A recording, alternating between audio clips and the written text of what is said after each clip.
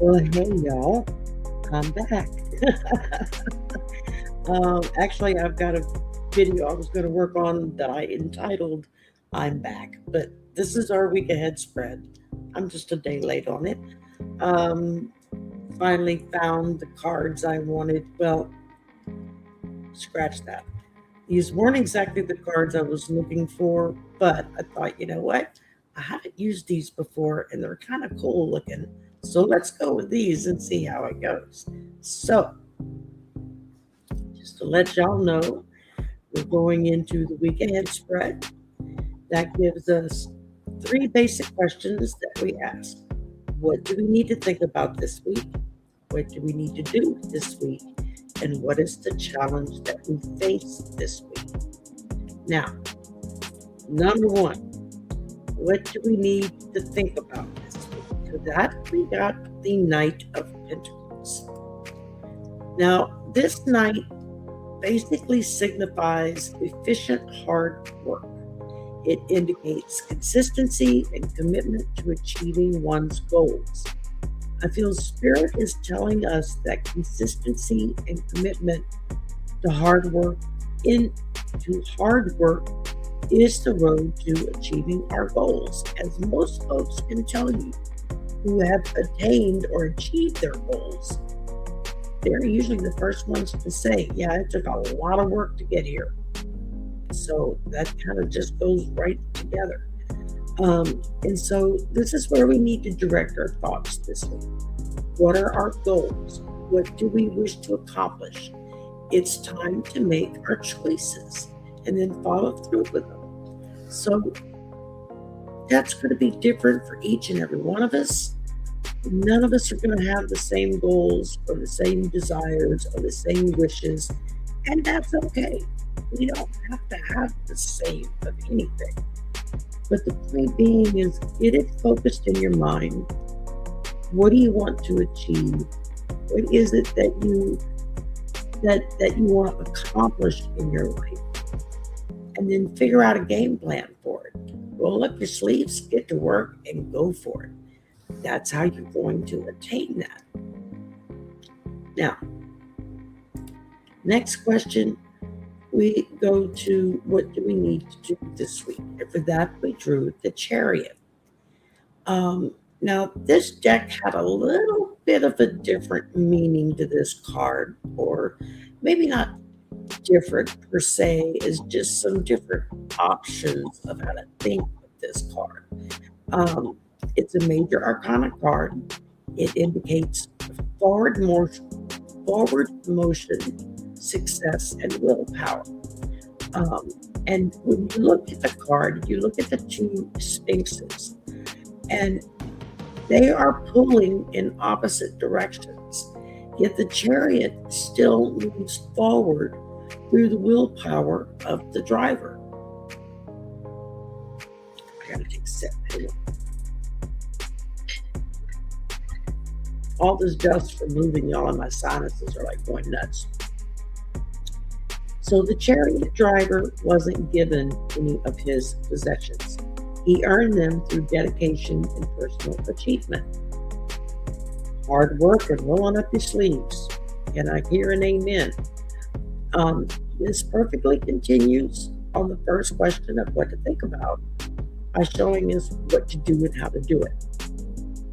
We keep moving forward through sheer willpower if necessary, and sometimes that's the only way that you get going forward is by sheer willpower.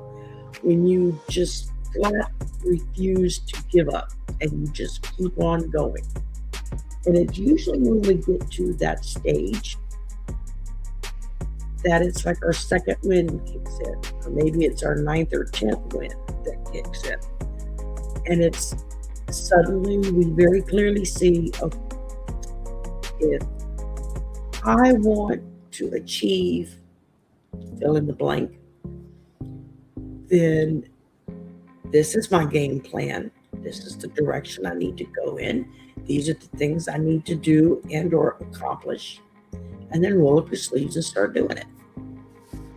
And that's basically what this card is telling us. that when we roll up our sleeves and get to work moving forward, we earn those items that mark our goals and achievements. It's all in our dedication to working hard that always moves us forward. So, we have to be willing to do the work. It's real easy to sort of give it a half-ass try to do something. And then if it doesn't work, we sit and we boo-hoo into our beer and we think, oh, woe is me, everybody's against me, I can't get anything done. Well, yeah, if you're not going to put your full effort into it and you're not going to push through whatever hiccups may come your way and push through it to attain that goal, then you're right. You're just going to be sitting there crying in your beer saying, woe is me. I'm just saying, you don't need to be there. Protect yourself. And so it's always that dedication to rolling up our sleeves and working hard that moves us forward and helps us attain the goals that we are looking to attain. Now, the last question and card is, what is the challenge we face this week? For that, we drew the Four of Pentacles. Now, the number 4, according to this deck, is a sign of conservation. There are a lot of other signs. You can go into the numerology of what the number 4 stands for. And yeah, no, I didn't do that this time because I wanted to kind of get this done today. And I thought, you know what? I've already gone a whole week with not being able to do anything because I didn't have a computer set up. I didn't have internet. I didn't have any way to connect with anybody. So that was making me crazy. So it wasn't until this past Saturday that I finally got my desk finished, got my computer set up, got hooked up to the internet so that I could start doing my thing, which is what is part of my calling that Spirit has called me to do. Because from the first time I held a deck of cards, it was like coming home. And I remember my first response to myself was, oh, this is what I'm supposed to do. Go figure. And it's been a learning curve ever since. I kind of just jumped in with both feet, and yay for me, but it made things very difficult at times because of the fact that I didn't take my time to learn some of the steps. I just barreled on in there, and come hell or high water, I was going to do it. Now, fortunately, my personality is one of those that rolls up her sleeves and just puts your nose to the grind and let's get it done. And then I kind of collapse and you couldn't get me to do anything for several days.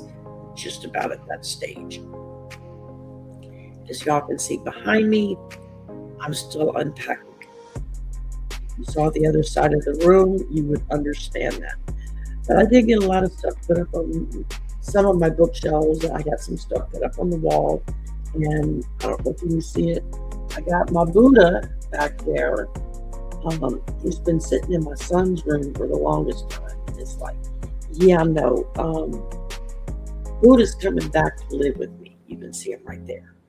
And this is a great Buddha. He stands like over a foot high.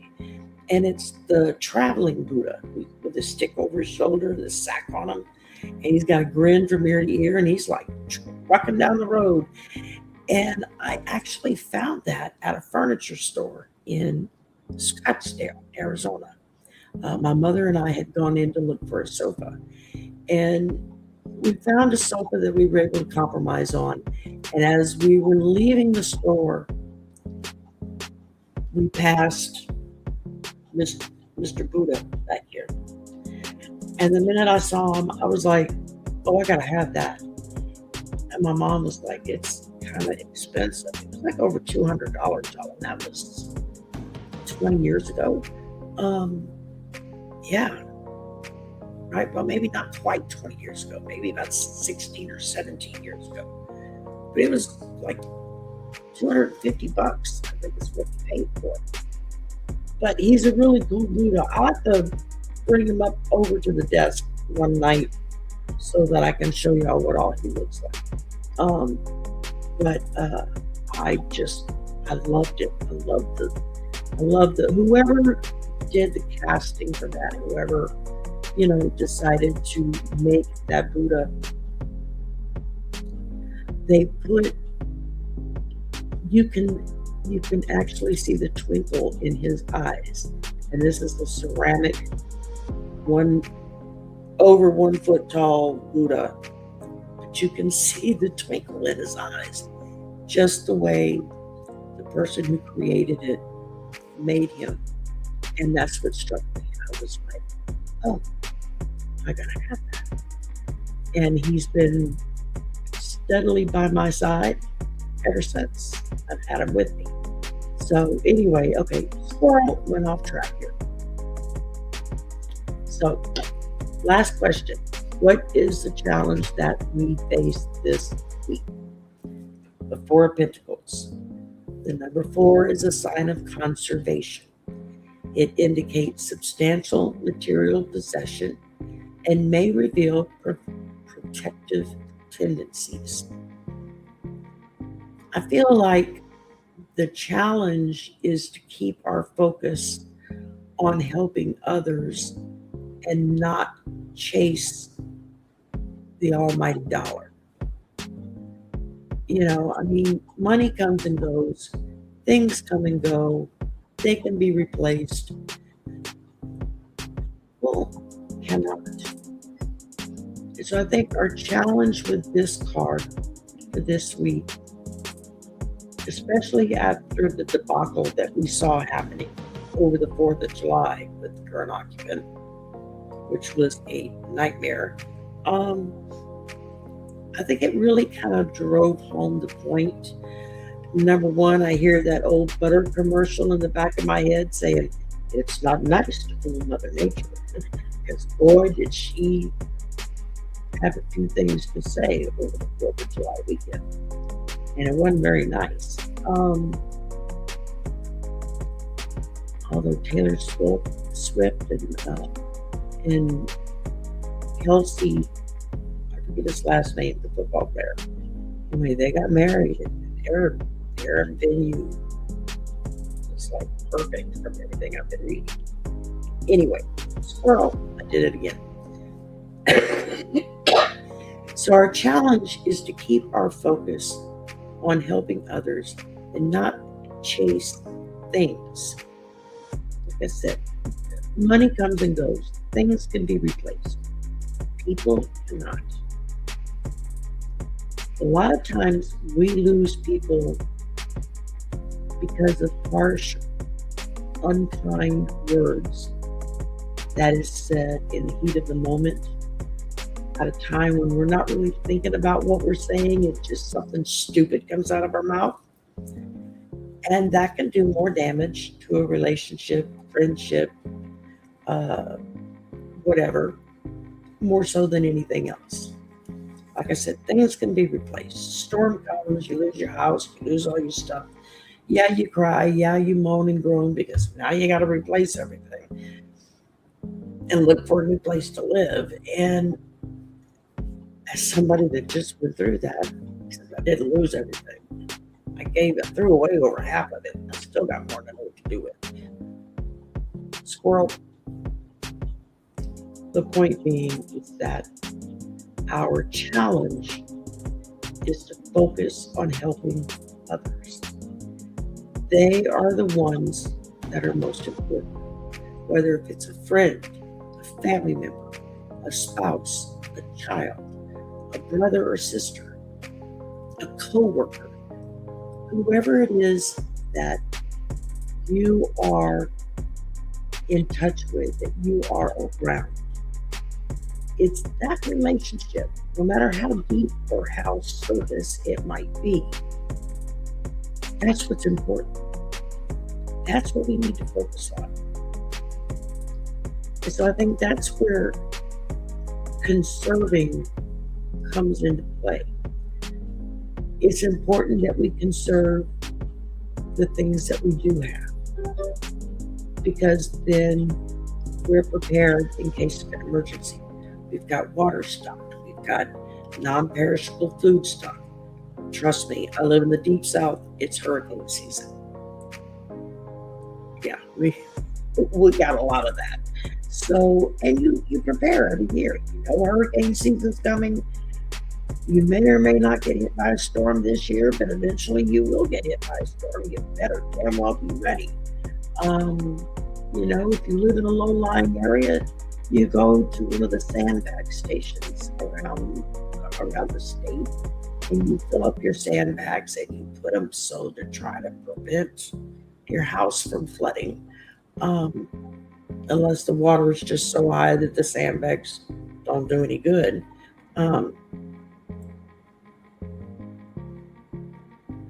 But conserving what we have by being frugal with our actions, that prevents us from spending frivolously, which is harmful. I mean, I'm the first one to admit, if I got 2 pennies in my pocket, I'm going to figure out how to spend them. I've always been like that. I'm 65 years old, and I'm still teaching myself how to save money. My brother saves like there's no tomorrow. The man just has the ability to still have fun, to still get mostly what he wants. He saves money. How he does that, I don't know, because I can't seem to save 2 nickels. But I'm getting better at it. I'm teaching myself how to do it, how to be better at saving things. And that's part of conserving. It's conserving your resources, your food, your water, your income. It used to be, it was important, financial advisors would tell you to basically have a month or 2 of your living expenses stocked away in case of an emergency, job loss, anything like that. You at least had yourself covered for a couple of months. Nowadays, you probably need to seriously look at conserving, saving at least 6 months worth monetarily for whatever may come your way, because things are a lot more expensive now. And a lot of times it takes longer to move to that next step. It's also Spirit's way of telling us that holding on to what we have is not necessarily selfish. It's more prudent. It's how we protect ourselves. It's how we protect our family. Like I said, I live on the Gulf Coast. It's hurricane season. You best believe I got stuff conserved in case we get hit tomorrow by a hurricane. I'm ready. So it's important to take whatever steps are necessary that protects our family and our friends, so that when bad things happen, and I don't care how charmed your life may be, bad things will happen. They will always happen. That's just life. Doesn't mean you're being singled out. It doesn't mean that something must be wrong with me because my neighbors across the street sure seem to have it together. You don't know that. They may be worse off than you are, and just living on the surface value that they got it all together. I'm telling you, y'all, I've seen it. So it's important to conserve what you can, to prepare for the worst and hope for the best. That was my grandmother's saying. Prepare for the worst, hope for the best. And I think Spirit is really using this with this message this week of, of not just moving ourselves forward, but being willing to roll up our sleeves and get to work and do whatever it takes to move us forward. And that's probably the best thing we can do for ourselves, is that very thing. So these are 3 really pretty good cards, I must admit, and they make me feel a lot better, about what may be coming up. I still feel like we've got a bad storm coming, and I'm just sort of waiting for it to come along. And it is what it is. When it happens, it happens. And I'm not going to worry about it. All I can do is prepare for it. I have non-perishable food stocked in my pantry. I have bottled water stocked in my pantry. I have batteries. I have flashlights. I have sterno where I can make myself a damn cup of coffee if I have to. And I don't have to rely upon electricity to do it. There are just so many different things and ways that we can conserve what we have, to be there when we need to be there for not just ourselves, but our family and our friends, to conserve that, have it put aside so that we're prepared for what comes next. And that's a good philosophy to have in life. You prepare for the worst and hope for the best. My grandmother said it beautifully. And this was a woman who grew up during the middle of the Great Depression. She was born back in the 1920s. And she was a child during the Great Depression, but she well remembers what it was like. But she did. She's been gone a long time now. But, she understood the value of saving every penny that she could. I'm getting there. I'm learning to do it. It's a hard lesson to teach ourselves, especially when you grow up poor and you don't have nice things. You get 2 dimes in your pocket.